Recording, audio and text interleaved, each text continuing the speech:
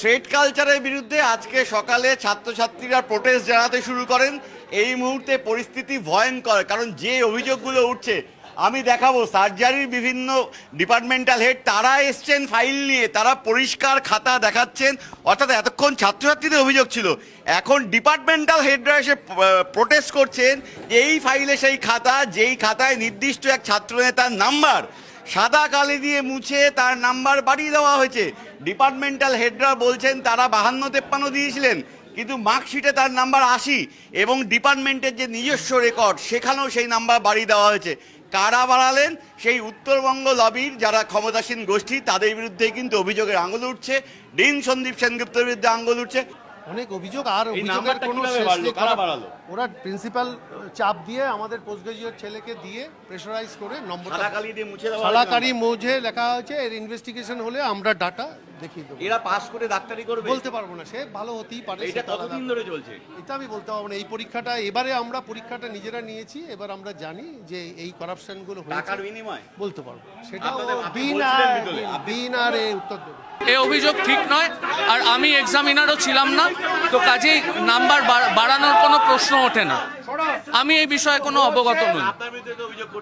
অভিযোগ করতে পারে, কিন্তু আমি তো বলার সুযোগ পাচ্ছি না। না না, আমি কোথায় বাড়ালাম? আমি কোথায় নাম্বার বাড়িয়েছি?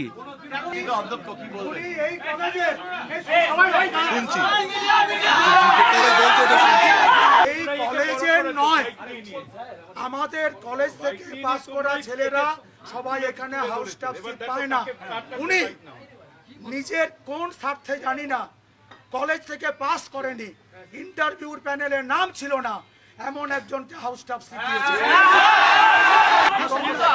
আমরা চাইছি আপনার জেল হবে, আমরা চাইছি আপনার জেলে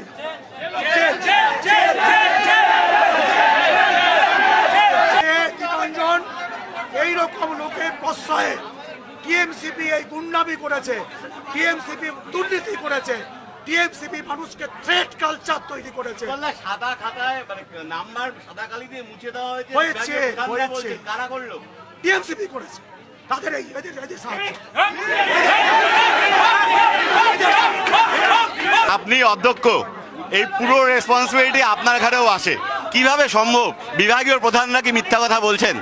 আমি এনকোয়ারি করব, আমরা তদন্ত করবো ব্যাপারটা। এখন শোনার পরে বলছেন তদন্ত করবেন, জানতেন না কিছুই? বিভাগীয় প্রধান আমাকে আগে বললে আমি নিশ্চয়ই তদন্ত করতাম। এই যে আপনার মেডিকেল কলেজে মোবাইল নিয়ে অভিজ্ঞদের ভিতরে ঢোকে, কি করে ঢোকে TV9 বাংলা দেখিয়েছে সে ভিডিও। গত বছর তো কিভাবে ঢোকে?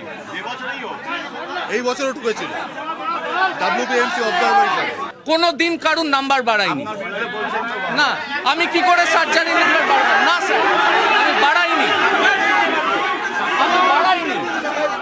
আমি কি করে বাড়াবো? আমি বাড়াইনি, এটা আমার কালচার নয়। আমি নিজেও সন্দীপ ঘোষের শাস্তি চেয়েছি, আমি ছাড় করাতে দিই না। আমি এক্সাম হলে ঢুকলে আমাকে এক্সাম হল থেকে বার করার জন্য ফোন আসে।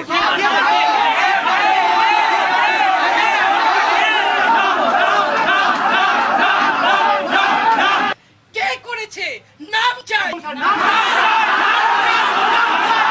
সবসময় যে ডাইরেক্ট ফোন আসতো তা না, অনেক ক্ষেত্রে অভিক ফোন করেছে।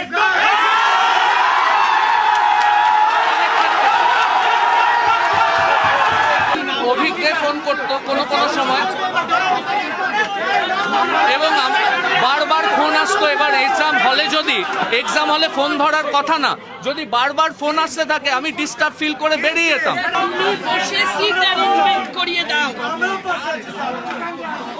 আমি করি না ম্যাম, আপনাদের ভুল হচ্ছে, দোষের ভাগটা আমার উপর দেওয়া হচ্ছে।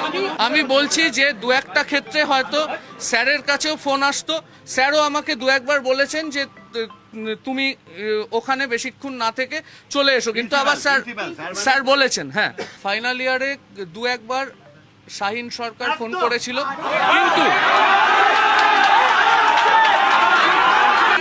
ক্রান্তিকাল এসে গেছে, ক্রান্তিকাল।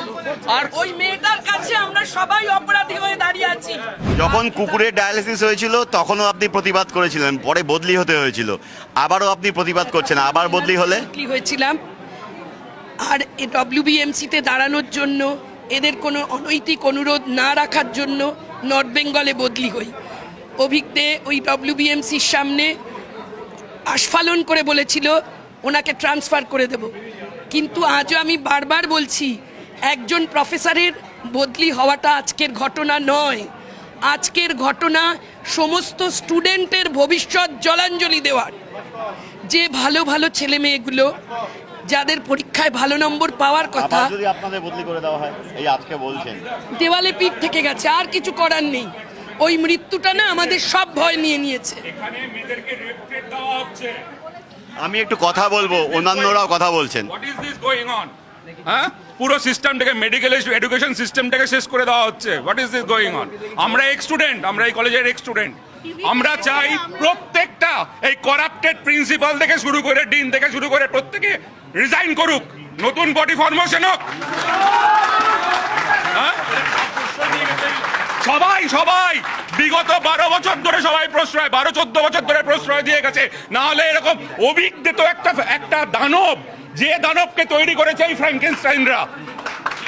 হ্যাঁ, এটা লজ্জা লাগে। কারা এরপরে আমাদের ট্রিটমেন্ট করবে? আমরা যখন অসুস্থ হব কারা ট্রিটমেন্ট করবে? যারা লেখাপড়া করেনি, এই ছেলেমেয়েগুলোর ভবিষ্যৎ নেই, আজকে সাধারণ মানুষের ভবিষ্যৎ নেই।